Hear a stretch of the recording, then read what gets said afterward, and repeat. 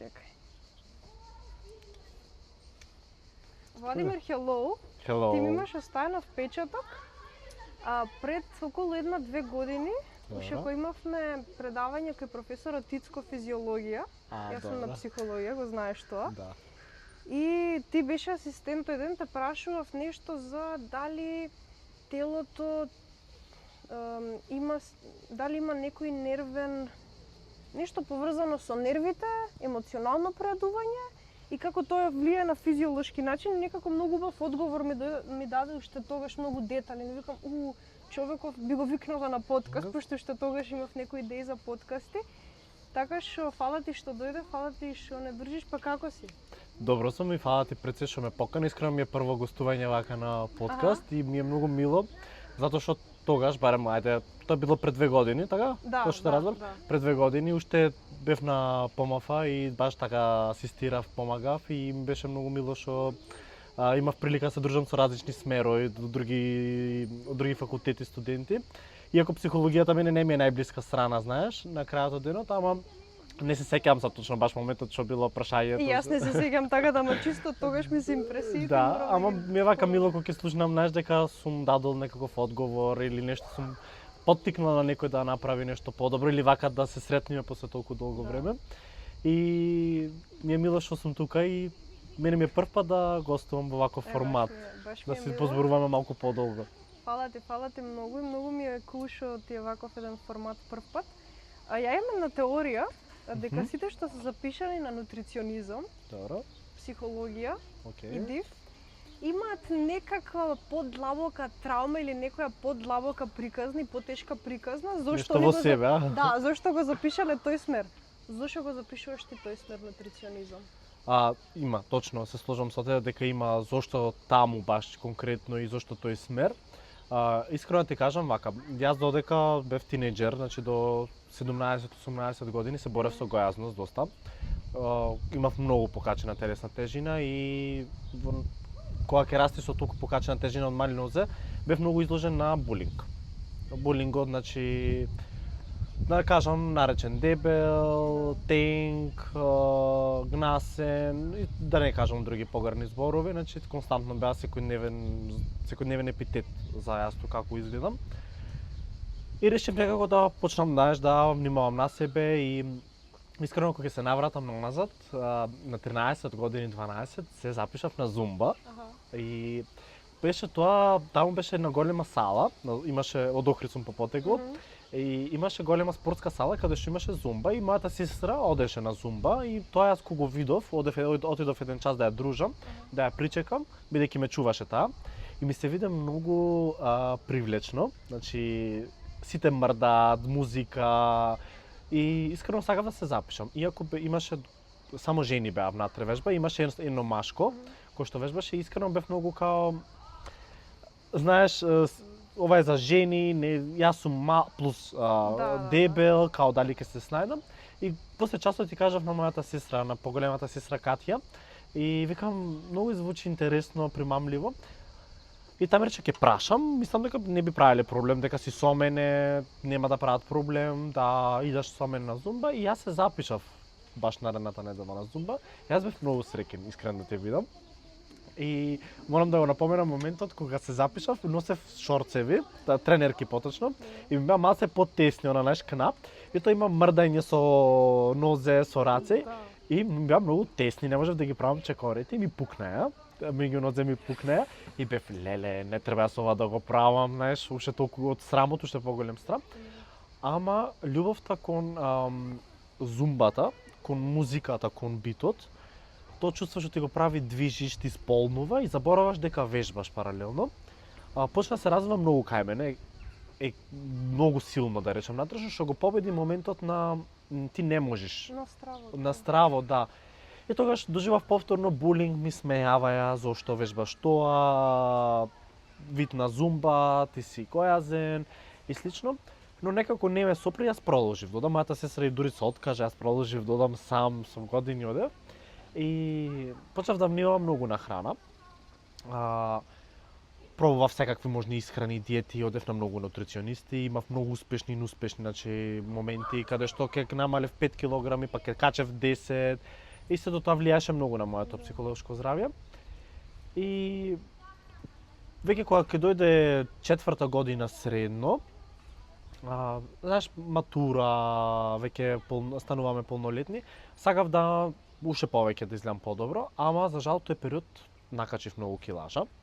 И изгледав така средно буцка, имав покачена тежина. И требаше да се запишам на факултет. Јас кога се запишав на факултет, прво се запишав на стоматологија. Мојот прв избор беше стоматологија и не се пронајдов. Многу брзо, после еден семестар поминав на факултет, не се пронајдов. Добро, било еден семестар. Да. Јас 2 ги истуркав, ама еден семестар беше доволно да сватам дека не е нешто за мене. И искрено не знаев дека има нутриционизам во нашата држава. И тогаш баш почна која година е тоа? Тоа е 2019-та. Аха, добро. Јас сум 2000-та роден. 2019 е тоа и технички тоаш почна и ковидот во мартот, вториот семестар аз кога бев на стоматологија, во март месец не затворија во карантин. И како што не затворија во карантин, по истиот момент почна онлайн предавања и некако сфатив во тој момент дека не можеш ти да си доктор, а да учиш онлайн. Особено доктор во кој што имаш занает, каде што работиш со заби, треба да имаш осет на рацете. И искрено да бидам, не ми се свиѓаше тоа воопшто. Колку и да го имав комодитетот, ќе спиеш, ќе се уклучиш на предавање, ќе речиш тука сум. Добро, што имаш сватено само еден семестар, а не повеќе. Да, знаеш, ја осеќав самокритичноста према сам себе. Ќе бидам реален, не ги слушав. Ќе се уклучев на предавања и знаеш кога сум онлайн не можам да пратам. Искрено да бидам, не можам да пратам и не е квалитетот тоа што го очекувам. И во себе некако си реков баш овие првични воведни предмети не ги сватив. Што ќе биде понатаму со мене. Теоретски го сваќам, практично нема да можам да го реализирам. Знаеш, некако си бев со себе свесен и реален, си реков не. Не. Утре ќе земиш дипломата и што понатаму, знаеш, многу ќе инвестираш, а многу малце ќе може не да добиеш назад, ама нема да го сакаш нештото. И во тој момент, како што покачив тежина, прва година на факултет, нова средина, Скопје, не внимаваш, значи престанав да вежбам, престанав со танци, додека се адаптирав на самиот град и се дешава баш локдаунот. Да доаѓам тука технички во септември во Скопје, крај на септември, почеток на октомври пред академската година.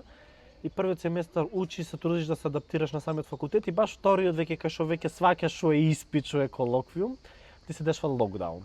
И немаш време, некако простор немав да се адаптирам на самиот град и се вратив назад во Охрид и реков сега имаш време, барем сум во Охрид, назад, познато место, позната рутина, својот простор, својата детска соба, комфорт зона, да. И почнав многу да истражувам за храна. Почнав да се занимавам, да си правам здрави оброци, уживав во смутиња тој период. Сега повторно ми се враќа таа ера на смутиња моментално, едно време многу ги имав исклучено. И имам и позитивен став за нив и негативен, искрен да бидам.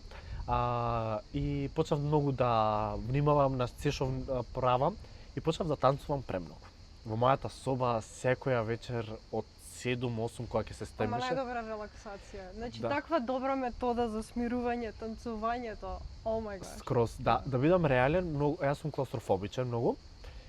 И ако нешто особено ми е просторот на движење ограничен, ме фаќа многу паника. И тоа што не можев да движам додека беше пандемијата, карантинот, многу ми беше проблем. Значи јас многу психички паднав. Ми представуваше премногу непријатност, голема непријатност за мене.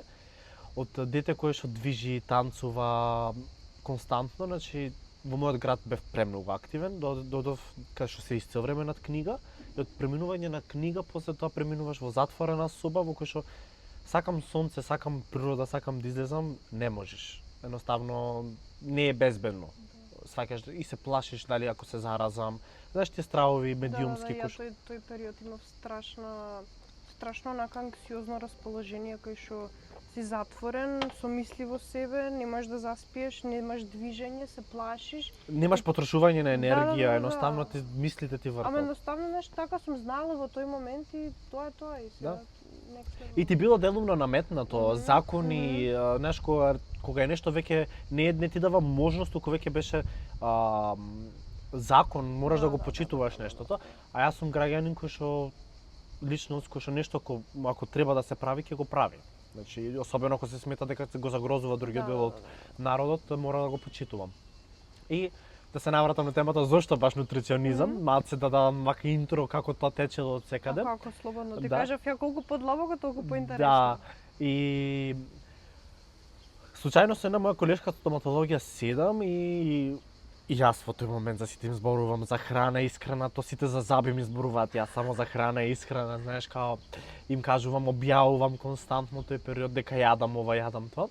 И ми вика на колешка као добро, запиши се на нутриционизам. Викам, зарем има нутриционизам? Вика, да, јас сакав баш да се запишам на нутриционизам, одлучив стоматологија. Во Македонија викам има нутриционизам. И ми вика да. Отварам и тоа на природно-математичкиот факултет, отварам, гледам стварно, ја гледам програмата и си викам, јас дефинитивно ќе се запишам на нутриционизам.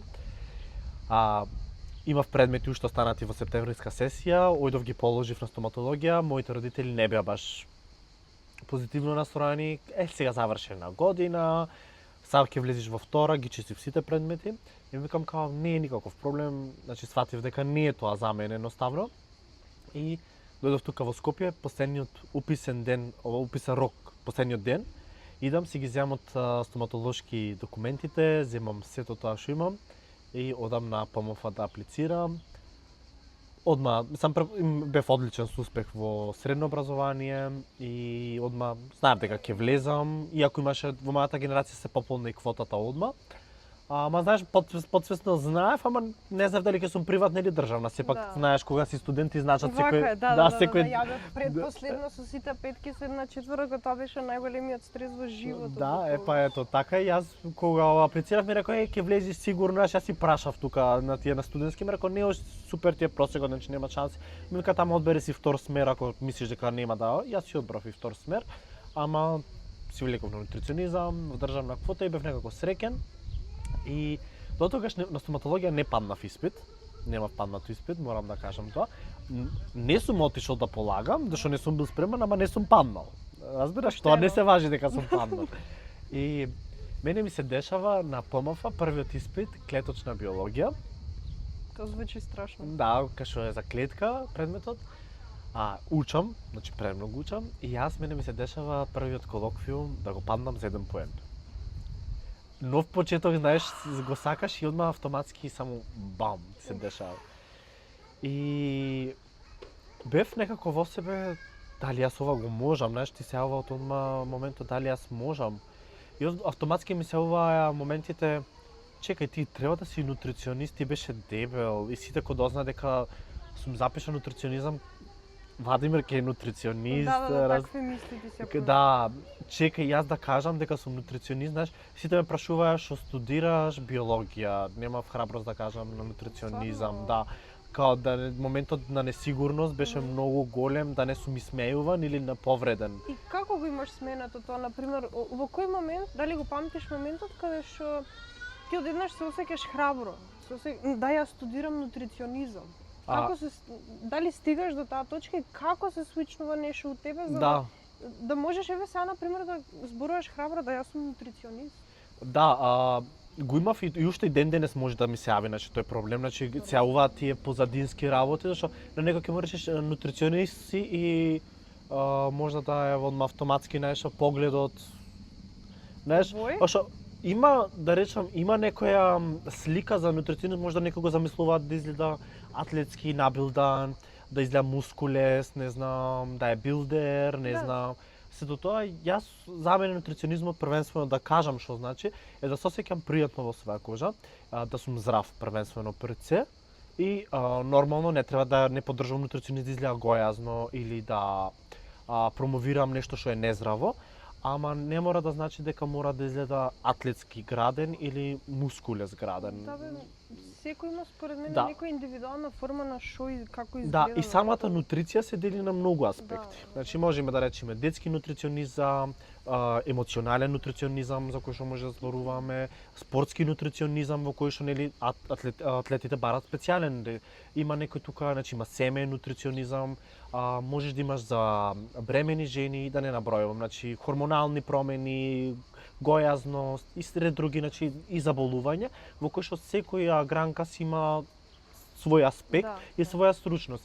И лично искрено кога ќе ми се појави клиент кој што е некој домен во кој што особено спортски нутриционизам, јас во кој што не се разбирам толку многу, автоматски многу се обградувам и го кажувам, ја покажувам мојата несигурност и сум искрен према мојот клиент, кажувам дека имам некои делумни познавања, ама не сум најдобар во тој дел.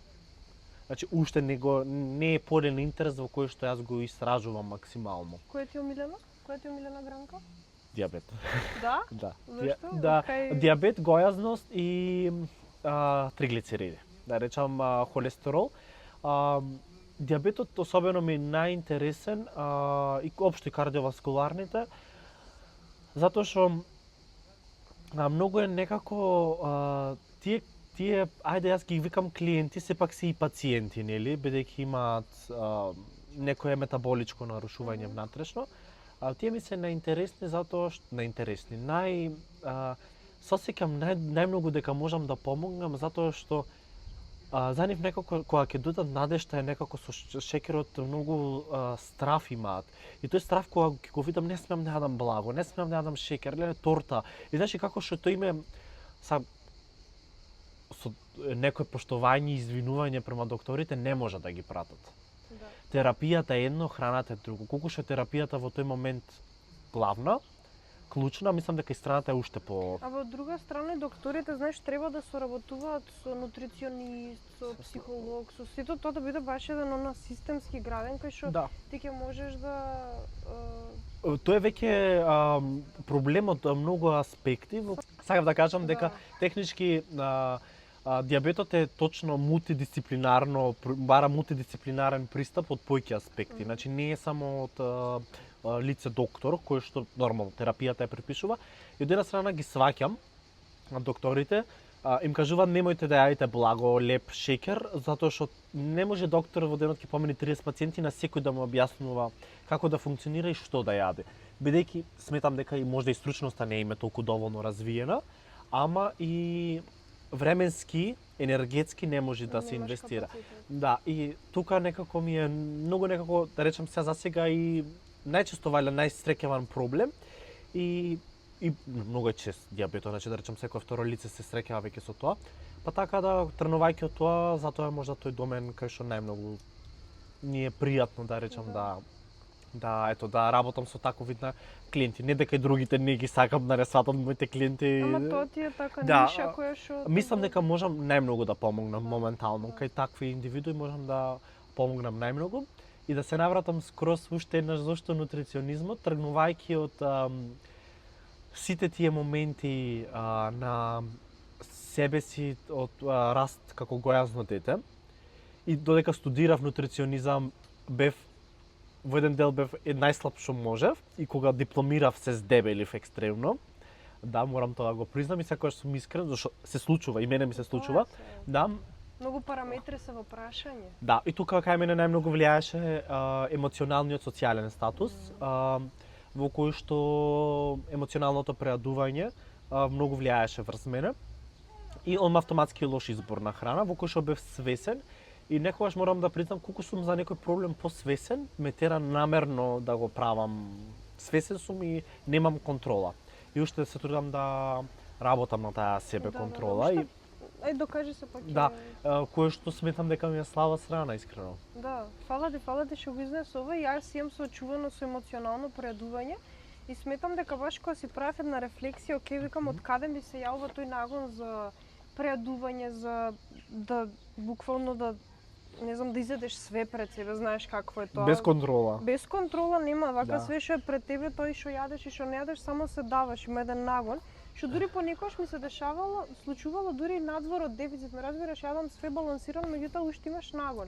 И мене ми беше на пример од она социјална изолација која што имав, она неприфаќање прво од себе си и неприфаќање од страна на другите, ствари пак било интерно во себе си и некое си чувство на вина во стил на грижа на совест. Грижа на совест не поради храната, ама зашто сум не знам, зашто не сум послаба, треба ваква да бидам, нешто е некој перфекционистички работа. Своја слика некоја екстремна во својата глава, да.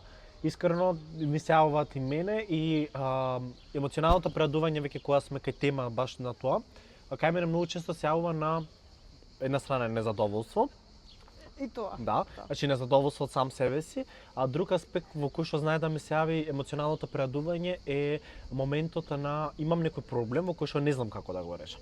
Може да не е поврзан со мене, може да проблемот да е веќе трето лице, трета страна во кој што јас сум немоќен, а ми стои како немир во мојата глава. И во тој момент јас се преадувам и внесувам голема количина на храна и баш во тој момент гледам особено благото. Благото ми прави комфорт. Да.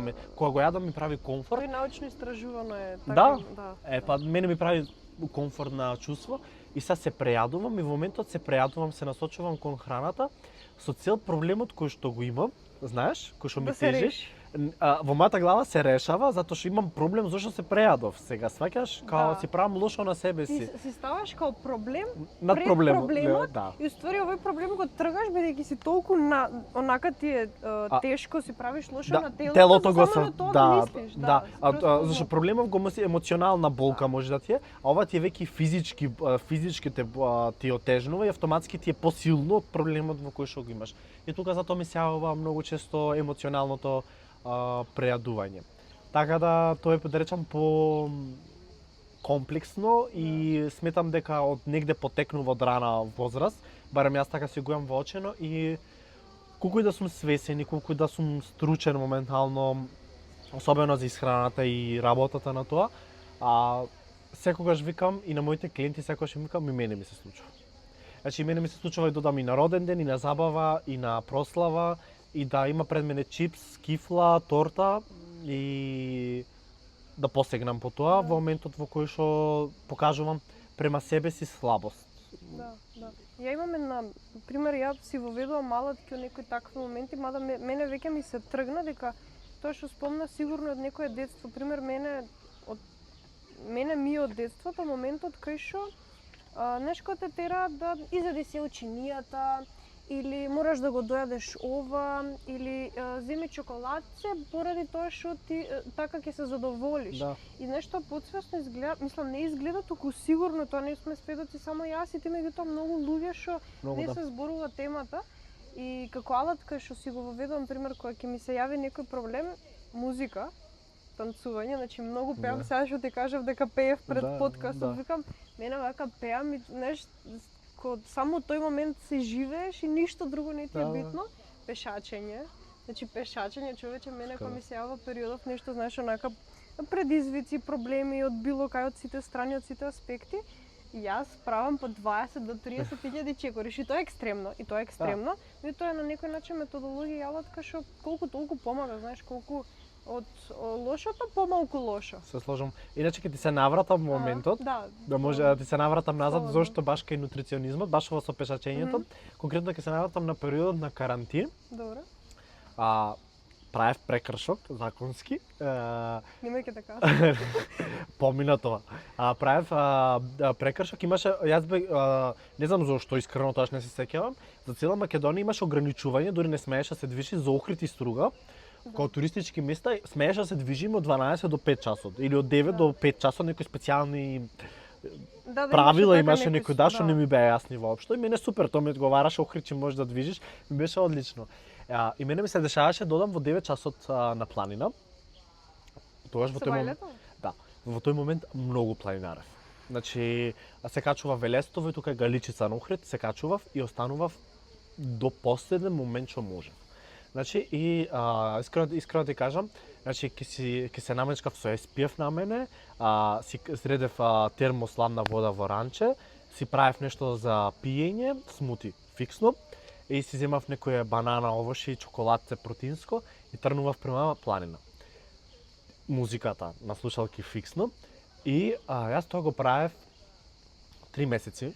2-3 месеци додека беше од март, од крај на март можда до мај месец. Јуни, така нешто. До крај на мај, така нешто. Јас со никој, освен виртуелно што се дружевме, јас со никој се нема видено во тие 2 месеци. И кога заврше, да речам, тој карантин, сите кои ме видоа преполовен. Јас тоа со пешачењето, толку мене ми помогна пешачењето, особено што се качував на планина константно. Толку ме смируваше и толку направи кај мене позитивни промени. едноставно ми помогне многу со тоа емоционално преадување и да имам многу повеќе контрола. Јас можда претерував, јас одев скоро секој ден. Во неделата 5 пати сигурно одев и дури тоа стана можда и многу лошо, ќе речам затоа што кога е веќе 30 степени, да те печи сонце, значи имав и сончаница добиено и сето тоа, иначе изгорен многу пати сум бил. Сум останувал дури во планина, што ако сум заглавил, сум гледал дека не можам да, значи стално одев по различни пати, ќе да го видам овај дел од планината, овај дел, и знаеш, дури сум ризикувал да не знам да се вратам назад, дури ми е десено да не знам да се вратам назад, да барам овие што се службите за помош, да ми објаснат како да се вратам, да. Толку сум ризикувал, многу ми било интересно и убаво. Цел време одев така по различни патеки и често ми се случило да 5 часот да поминал, јас да сум уште заглавен во планината и да се враќам во 7-8 и сум се криел од уличка во уличка со цел да не ме фати полиција за да се вратам дома, зашто како да кажам дека на планина сум бил. Разбираш, и тука го прекршував законот, ама гледав што максимално да можам да го почитувам. И сакав да кажам дека дефинитивно тогаш пешачењето на планина. Јас не сум љубител да трчам, има многу луѓе што многу сакаат да трчаат. Секој има своето здравје. Да, имам трчано исто, значи во тој момент исто морам да кажам, кога го најдов тој комфорт на сакам да пешачам, сакам да правам ова, сакам да правам тоа, после премина на морам. И тоа дојде до нарушување. Кога веќе стана дека морам, сватив дека дојде до момент на нарушена слика повторно на сам себе си. Постигнав некоја цел која што ја сакам и кога дојде моментот дека ќе јадам нешто и мора да правиш, мора да дојдеш на трчање. Мене ми се случувало во јули месец, баш овај период, да во 2 часот, во 3 часот поручек, додам на трчање на Кеј во најтоплото. Ке сум изедел нешто и веќе доаѓаше момент, ова мора да го потрошам. Да, тоа го прават многу. Да, и тоа сваќаш дека си технички пак имаш од спротивниот од преадување, сега отидов скроз на рестриктивност, кај што викаш, ова има 150 калории, јас ова морам да го потрошам. Ке трчам додека не потрошам 150 калории, мора. И пак технички градиш спротивна слика, ма нарушен однос кон исхраната.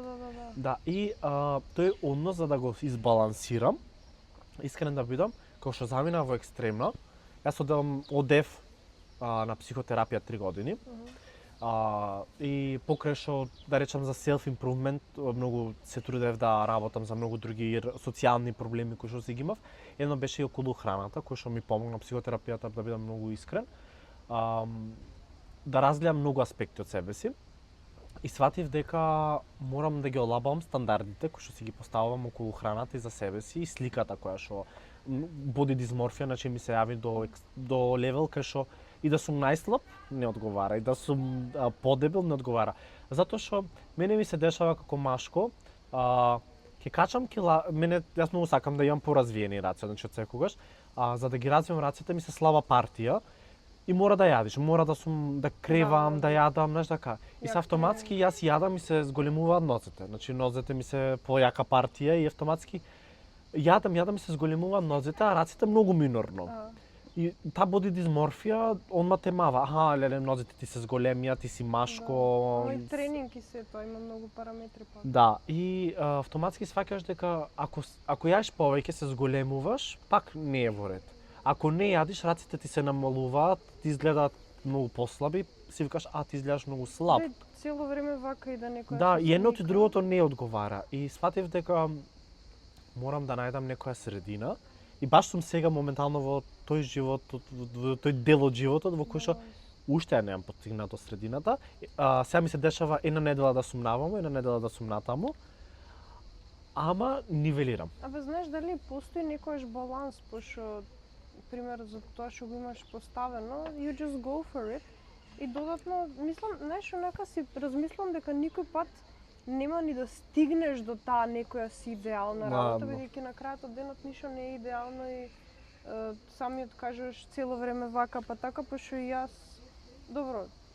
знам што сакам ги правам работите што треба и кога стигам до тоа леле ангела и уште едно, знаеш, пак мозокот бара цело време уште нешто.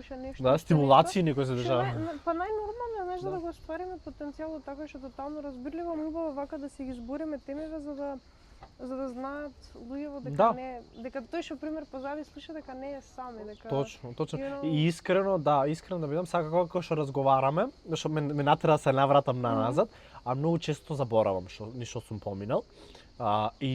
Затоа што некои работи ги поминуваме, некои битки, и настануваат некои други битки, други проблеми кои што биле поголеми од претходните, знаеш, овие се минорни, ама секогаш што се навраќам во тие моменти, биле големи за мене.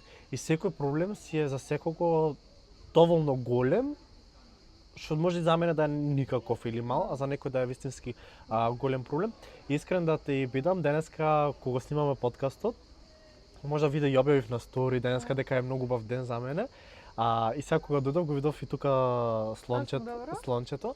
Да, јас до пред 4 години земав и терапија. Значи многу се борев со таа анксиозност и Каква терапија? антидепресиви. Аха, добро. Антидепресиви да земав и самите овие моменти кои што ти ги набројувам на психолошки проблеми кои што ми се јавија од многу аспекти нарушување. Јас земав покрај што одев на психотерапевт и од психијатар ми беше препишана и терапија.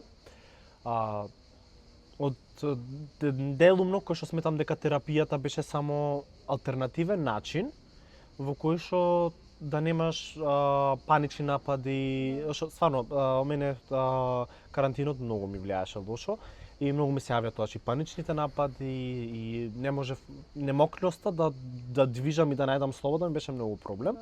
И тоа што одев на планина многу ми помагаше, стварно. И на денешен ден пред 4 години ја прекинав точно терапијата. Браво, многу ми е мило што го кажеш. Да, и кога ја прекинав терапијата, баш дента нешто шетав и видов слонче. И немам телефон са тука во мене, значи ќе ти покажав. Видов слонче во кој што не знам некако во мене се појави некоја енергија, си викам зашто кога прекинав терапијата, бев многу уплашен, си викам дали ќе можам без неа. Сваќаш, им го имав стравот во себе си. Колку време ја конзумираше претходно? 2 години скоро. 2 години ја земав. Па рачунај, сега сме 2026-та, во 2022 ја прекинав, короната почна 2019-2020, до 2022 сум ја конзумирал, значи тоа ти викам 2 години, негде грубо. За да станеш зависен од Да, тоа баш. и морам да кажам, мојот психотерапевт многу ми помогна, значи тоа се екстремно многу и многу ми е мило што ја донесов сам одлуката, значи види, сваќам дека не секој знае што те советува, многу сама за жал мојата околина вика не, да не одиш на тоа, као терапијата е лекот, ама нешто во мене ме тераше да одам и сватив дека е една од најправилните одлуки која што сум ја направил за себе си. 3 години морам, кога ќе речам одам на психотерапевт, многу луѓе мислат дека ќе одам еднаш месечно или еднаш на 4, зависно за секој, значи различно. Јас отворено ќе кажам и ќе зборувам, јас одев 2 пати неделно. Значи толку активно, да, активно и редовно.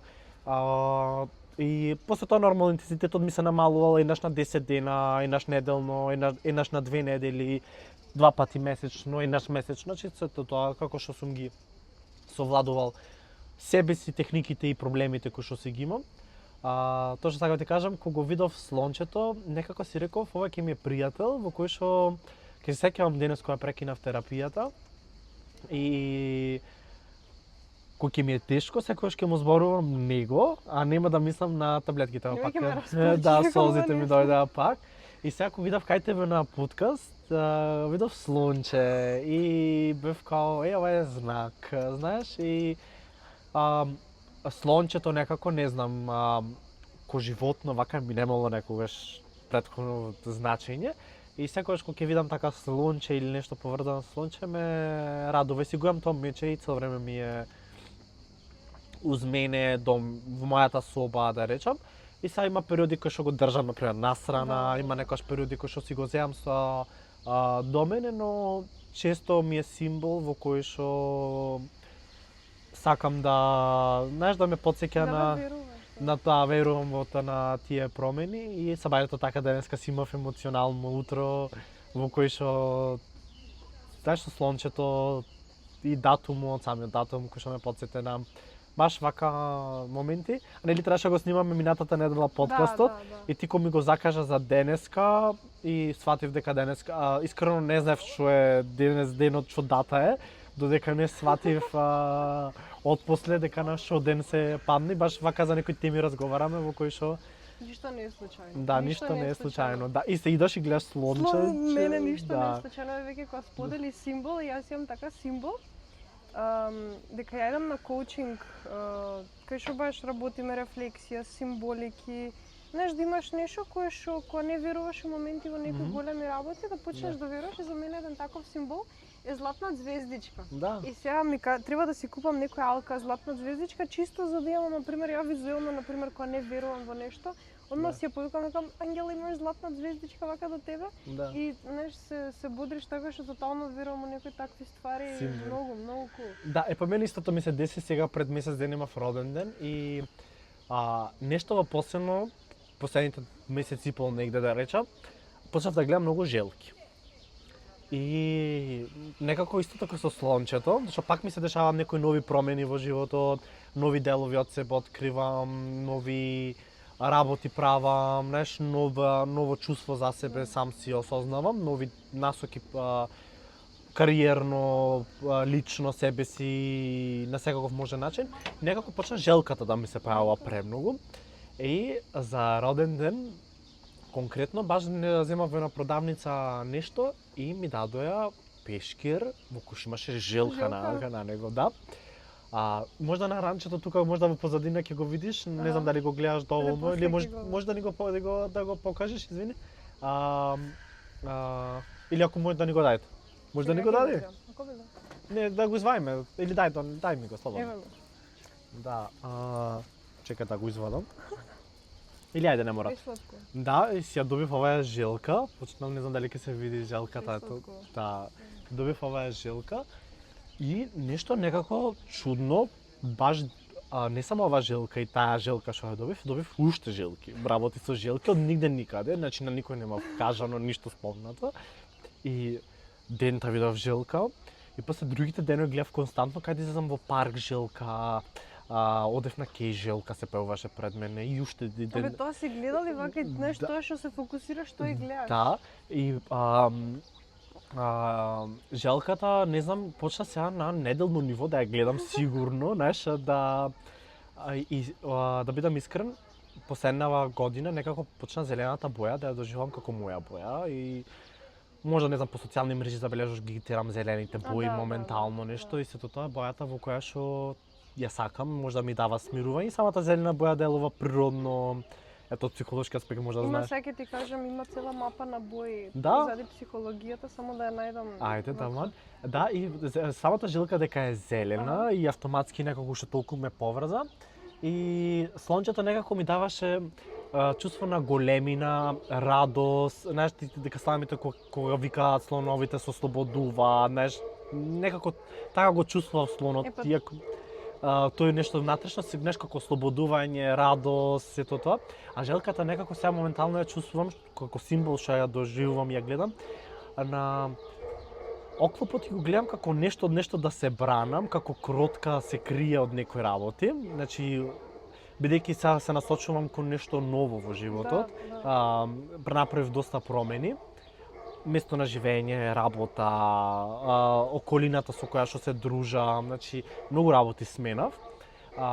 И знаеш, уште таа во куќарката скриена внатрешно, ама па од друга страна па ми представува нешто кое што е силно, цврсто, тие се упорни, долго живеат, имаат некои, не знам, таков се бавни, да, за разлика со оно го доживав многу драматичен, голем, енергичен, желката сега ја доживам нешто баш смирена. Да, можда тоа што тој период го доживав многу првично со терапијата, со тоа многу енергетски внатрешно, а сега желката доживам оној период во кој што се одам полека и смирено и многу сум за разлика. Знам ќе сакаш да ми кажеш за мапата, те Па прекинувам. без да ти кажам, тоа ми ги кажа измеѓу вако, Да? без да ти кажам што значи всушност ти самиот го долови моментот freshness, односно баш ново, свежо. Средина, спомнаменување на средина, ето. ново, пари, fertility, како беше? Што пари би рече? Да, пари. Вау, ето супер. Fertility беше плодност, Плодност, да, некоја healing берике, и тајде да. earth, земја и healing. Супер, Така супер. што сам се ги опиша ти Да, без па да ги тие што ги прочитам, чувствувам да. работи, да. Да. Што ги чувствувам, па така можда претходно бев многу избавлив, многу бев енергичен, можда и да речам и егоцентричен. Покрај што бев енергичен, исто така бев екстровертен премногу. Иако се косеше многу со депресивна личност, ама знаеш, бев во јавноста бев екстровертен, а дома кога се вратиш беше да, она со. Ама и така го доживав слонот во технички оној момент на голема драматичност, ама тие слончината кога се кои ги прибереш внатрешно, кога се стабилизираат Ќе тие се донесеш жилки? да. Сега доаѓа период на желката Да, и мене изгледа ке ми треба една жилка период. Да, па готово. Да си ја најдеш својата жилка, да. И треба да искрено да ти кажам да размислам дали да си купам жилка за да си земеш жилка тоа, да чувам дома. Онакви има водени авион што Има се да што се во аквариум, аквариум. но се Ако мал чував жилка, иначе многу животни имам чувано. Многу сум љубител на животни. Искрено многу сакам да земам моментално пак животно. Купи си жилки, знак. Знак, да, искрено треба тоа да го размислам, не ми текнало ево. Ама нешто кој момент ми е жал затоа што не сум многу често до. Желката добро, не бара многу, ама ти правам сакам кучиња и мачиња многу си сакам. И сакам едното и другото да ги имам, ама ми е многу жал, особено за куче, ми е многу жал затоа што барам многу шетање. Да, ама и дома да го затвориш во 4 дни, за мене вака срце ми се кине. Да. Еве викам ќе земам шо како ќе си имам БФФ шо велам.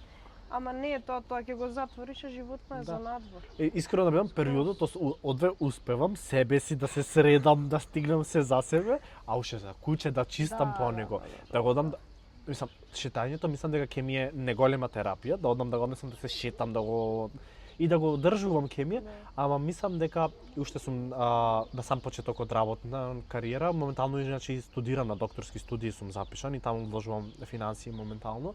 И мислам дека куче ако сакам да гледам е нешто кое што ако го правам, сакам да го направам баш да му е погодено кецна 10 да речем. Кога би се вратил, например, еве у време на корона, кај што ти е тешко, се прејадуваш, што би си порачал на себе? Да му кажеш на Владимир пред 4-5 години нешто, еве, пред 4 години имаш прекината терапијата, што би си кажал во тој момент кај што се осеќаш не храбро, другите ти коментираат. Што би си препорачал на тој Владимир тогаш? Да почнеш да веруваш повеќе во себе, прво. Можеш повеќе од што мислиш и биди тоа што сакаш да бидиш, а не тоа што сакаат другите да го слушаат и да го гледаат. Тие се тие работи и биди храбар. И тоа најмногу го сватив моментот кога искрено да ти кажам, може искрено вам многу пати го кажувам во некако збор го кажам, што стварно се трудам да бидам најискрен и најреален што можам. Тоа го сватив моментот кога и како е победив таа битка, исто така може да ти го заобиколив тоа прашање. Слободно можеш да се навратам назад, слободно. да. Како јас да кажам дека сум нутриционист? Како дојде до тој момент? Јас дипломирав и јас многу го прокастинирав, го пролонгирав константно тој момент, дали јас ќе работам нутриционист или ќе продолжам да работам на факултет или ќе продолжам во некоја друга насока. Јас отворив првично почнав со Инстаграм профил, уште кој што ме главна платформа, отворив и јас се потпишав нутриционист Владимир и автоматски си реков нека знаат сите дека си нутриционист и дека тоа ќе го работиш. И јас се објавив дека го објавив мојот прв пост, мојата прва објава и реков ќе собериш храброст. Искрено кога отворив акаунтот денто добив труење од храна и завршив на болница и не можев да го реализирам моментот на објава зашто завршив на инфективно, баш скроз лоша ситуација. Да, вечерта го отворив профилот дента и реков да го направам концептот, да ги средам сликите што сакам да ги објавам и добив труење, ама небитно и не бев као чекува да не знак да не треба да го правам, знаеш, ќе зборуваш за храна и исхрана и добиваш труење автоматски, ама не, другиот ден значи стварно се решив и реков ќе собериш храброст, ќе го направиш првиот чекор. И тоа затоа би се му рекол на Владимир, биди храбар и направи го тоа што сакаш да бидиш и тоа што сакаш да го правиш. Направи го првиот чекор и објави. И знам дека таа објава беше препраќања, зашто е отворен акаунт и можеш да гледаш нели статистики кои што прави. И го објавив првите сториња и си споделив на мојот приватен профил и одма сватив кој гледа, колка е препраќано, почнал луѓе да го отвараат кои што ниту се знаеме, ниту нешто толку сум имал муабет. Сваќаш дека одма автоматски си оговаран. Да, нормално. Технички, знаеш, овој отвори акаунт, доза на претпоставувам на озборување, не знам. Луѓето секогаш ќе зборуваат дали ќе правиш нешто или не, секој пат ќе зборуваат, особено на социјални мрежи, ми отвори темата што сакав и да те прашам. Дали осеќаш притисок од таа страна? Искрен, одма со тој збор, со тој изор да почнем искрен. Има моменти кај што ја чувствувам, значи не можам да речам дека дека е сеено, не е сеено, значи за жал на платформите и TikTok, Instagram и Facebook, знам да добивам и хейт коментари. Тоа е едно од моментите во кои што може да ти буди несигурност, ама не ми е до толкава доза, значи да речам од 1 до 10 е двојка во која што ми буди несигурност, затоа што можда моментот на тоа прифаќање себе си, ќе бидам нутриционист, без разлика кој што сака да ми напише во коментар или да ме навреди или каква била порака да ми пише. Го имам прифатено затоа што јас сум го доживувал во живо, како во лице сум го доживувал тој булинг, тој хейт, дебел, ваков, таков, неспособен, ово, знаеш, и реалноста е некој да ти каже во лице многу поголема храброст и потежок момент, за разлика некој ти пише од лажен профил на ова. И не ми е толку кредибилитетот на тој профил за да ме опиши мене како сум. Да, него не знаеш позадински. И да го знам, значи има профили во кои што се вистински луѓе, кои што се со вистинскиот акаунт ми да знаат да напишат такво нешто. Ама не сум јас единствената личност која што добива хейт, затоа што јас креирам, може да гледаш активно објавувам и сето тоа и кога што објавуваат многу други ред личности од различни сфери, значи се подлежни на тој момент. И јас кога го отворив тоа и тоа баш ке се надоврзам, го видов дека е озборувано, коментирано и препраќано тоа што го правам. Јас во себе си реков, мораш да го прифатиш и ова. Дел од патот. И нормално е. Јас имам многу се радувам кога некој ќе ми каже и критика, значи критика и хейт е многу различна, да. Критика и хейт е многу различна ситуација и на критиките многу сум радосен. Ми се случува да прифатам критики многу, особено креативни критики. Сум немал толку стручни критики добиено сега за сега и можда дека внимавам што пласирам и секогаш сакам да биде нешто по-релевантно, разбирливо за мојата публика. Значи не одам до големи екстремности во кои што да правам контроверзности, во кои што можда јас верувам, а не е тоа научно докажано или не е уште докажано за многу, да речам, на долги стази.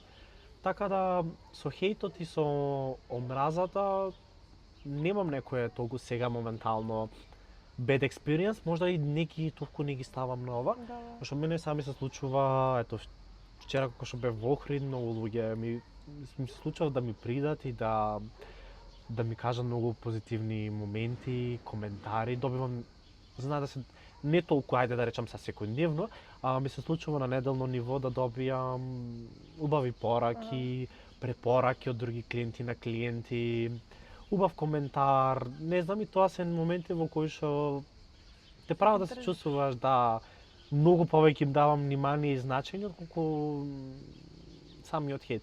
И самото креирање сега на видеа почнав многу повеќе да уживам, бидејќи сам ги монтирам, сам ги снимам. Да, случам, значи се сам да правам. Нормално имам поддршка од моите пријатели исто така, иако треба нешто да е посложено за снимање и сето тоа, ама генерално се трудам да се учам, да бидам и критичен. И има денови кај што имам креативност, има денови кај што немам креативност, има денови кај што знам да јадам junk food и да не сликам, значи да бидем искрени. Part of the process. Да, а има денови кај што споделувам се што правам, значи го споделувам мојот ден од почеток од утро до вечер. некогаш знам и да сум напорен, ми се чини, знаеш, ама имам публика која што сака и ми е мило што ги мојата платформа и мојот профил сакам да биде кон што цилјам, сакам да биде место во кое што сакам да се чувствува секој комотен за храната и да бидеме реални дека еден нутриционист и храната не може да биде совршена. Дека јас секој ден дека можам да јадам високо протеински со сложени шеќери и здрави масти, it's impossible. Значи Ако не ти е тоа целта не е возможно, значи да, не е возможно што сме социјални битија и ќе сакаш да излезеш да се напиеш нешто и да касниш и ќе имаш момент на прослава и затоа сакам да бидам реален, да ги споделам и тие моменти. И може да ме начекаш во некој бар, кај што дента може да имам роден ден, да ме видиш да јадам, може да нема да јадам торта со пандишпан и со шла, ама и може тоа се случи, не велам, нема, не сум љубител на таков, ама ќе видиш може да сирова торта кај што јадам од лешници, урми и сето тоа, ама може да ме видиш и кај што ќе јадам, ќе се осетам нешто ќе правам подолг период и како награда, многу често знам да се наградувам и тоа е една од методите во кои што исто многу пати ми помогна да се наградувам.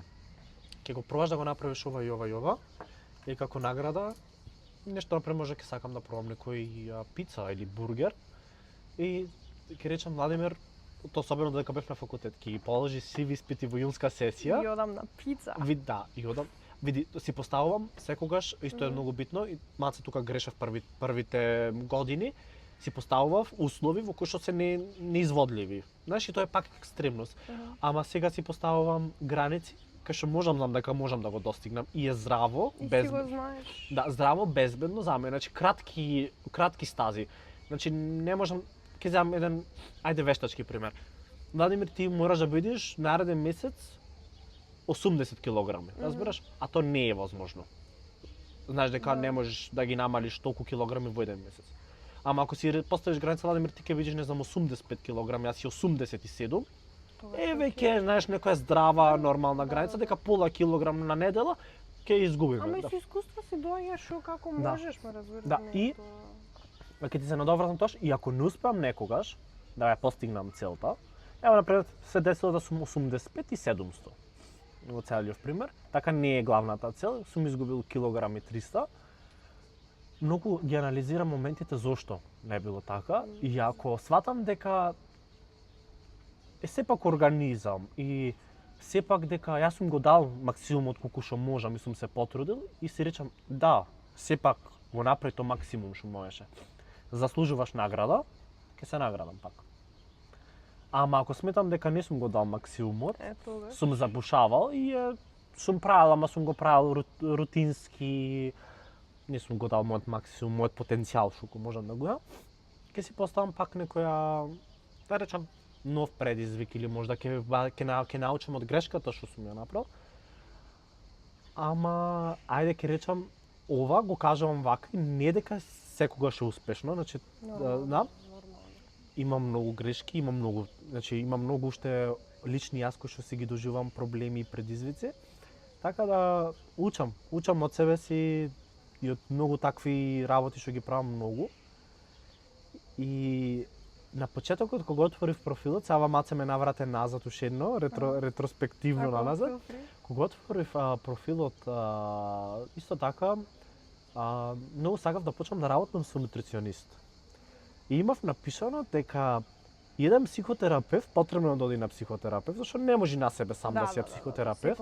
И јас на себе не можам сам да сум нутриционист, затоа што контролата и од страна некој која те гледа е многу пореалистично и порационално. И пробам така да барам помош и од други луѓе и дали од стручни, нестручни лица, пријатели, поддршка. Се трудам да правам нешто со сите околу мене што можам, да потикнувам како некоја заедница, да се следам и јас да припаѓам во таа заедница, да можам да фатам и јас некој ритам. Барам техники и начини во кои што можам да се подобрам себе си на крајот од денот. Така и се мотивираме, така и учиме. И секој човек учи, не си само ти, сите имаме ментори, сите имаме луѓе околу нас. Фала ти многу за приказната што ја сподели тука, за сланчињата, страшно ме наежи. Да.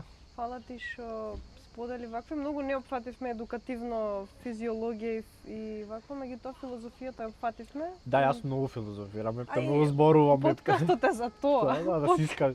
Искрено ти кажам, за разлика од емисија, Аха. кој што си ограничен, ќе ти рече ти имаш 10-15 минути и стално сум шо да кажам побрзо, знаеш, пукаш во главното. Овде можам да си искажам, да се вака да направиш. Да ослободиш, да си искажеш, да ослободиш душата. Да, Тоа е целта, ќе направиме втора епизода фиксно. Сега ќе треба да прекинеме дека саат и нешто снимаме. Да, помина се. Да, така. Ќе Ќе го довршиме маветот надвор од камерите, да. Јас мислам дека ми речеш сме на пола. Искрено да бидам. Фала ти најмногу на цел свет, многу ценам што одвои време. Ти посакувам се најубаво во работата и да се поддржуваме, бидејќи тоа на крајот од денот у Македонија на прсти се броиме неколку, ама мислам, туку сум многу сигурна и гледам се повеќе позитивни примери овдека. Да, се сложувам со тебе и фала ти тебе што ме покана да бидам на твојот подкаст и ќе ми е многу мило да успееш во тоа што го сакаш да го достигнеш, како дали овој формат или веќе да одиш понатаму. Ова е успех. Што уживаме, што да, мислиш дека е пола сата, скроз, не е сат. Јас искрено да не претерам пред камера 10 минути, мислам значи знаеш дека брзо ти поминува времето. Да си успеш во тоа што го имаш замислено и да потикнуваме уште многу други луѓе да го прават тоа што сакаат да го прават, ги потикнувам сите психолози, нутриционисти, што и кој било струка да е, и да е економист, адвокат, доктор, која било струка, да не набројувам премногу струки. Кога ќе завршиме факултет, кога ќе дипломираме, е стварно најтешкиот момент на дали јас ова ќе работам и знам дека сите кога ќе дипломираме, бараме пракса, бараме некој да ни го даде искуството, но никој не се нафаќа, искрено себичноста и невозможностите се многу во сите полиња, да направат тој храбар чекор, да пробаат, кој ти што пробуваш, јас што пробувам. И да го направат, пошто пробување и правење се две различни работи. Да, точно, да. Да пробаат, да се натерат и да го направат. Да. Значи да го направат тој чекор, да се поддржуваат, значи да ги поддржуваат сите останати своји колеги, не поддржувам да нема потреба за сите, има простор тука. Кој што каже, ај што сме малце и особено да нема простор, тоа е залудно. И уште да ти посакам стварно, не знам, се најубаво, зашто стварно уживам на подкастот, ќе ги поттикнам да ти го заследат профилот, YouTube каналот. Сега направиме маркетинг делот, ќе го да, и моите профили нутриционист Владимир слободно нека ме заследат ако сакаат да гледаат повеќе контент за храна, исхрана и за некојаш рандом нешто што зборувам, ама генерално е тоа што го правам муабет. Значи и на Facebook и на Instagram нутриционист Владимир сум потпишан и на TikTok нутриционист Владимир сум потпишан, мислам. Таму доле во дескрипција. Слободно, да. И тоа е тоа. Немам друго вака што да додам.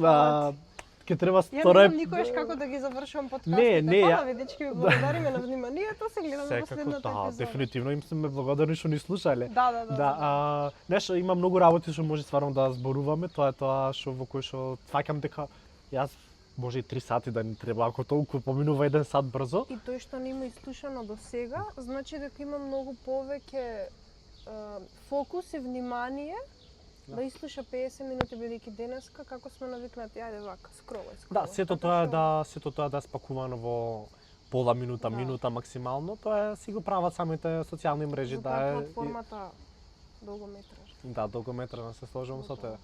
Ништо да ни пишат ако им се допадна и ако сакаат ево да снимаме и втора емисија. Yes.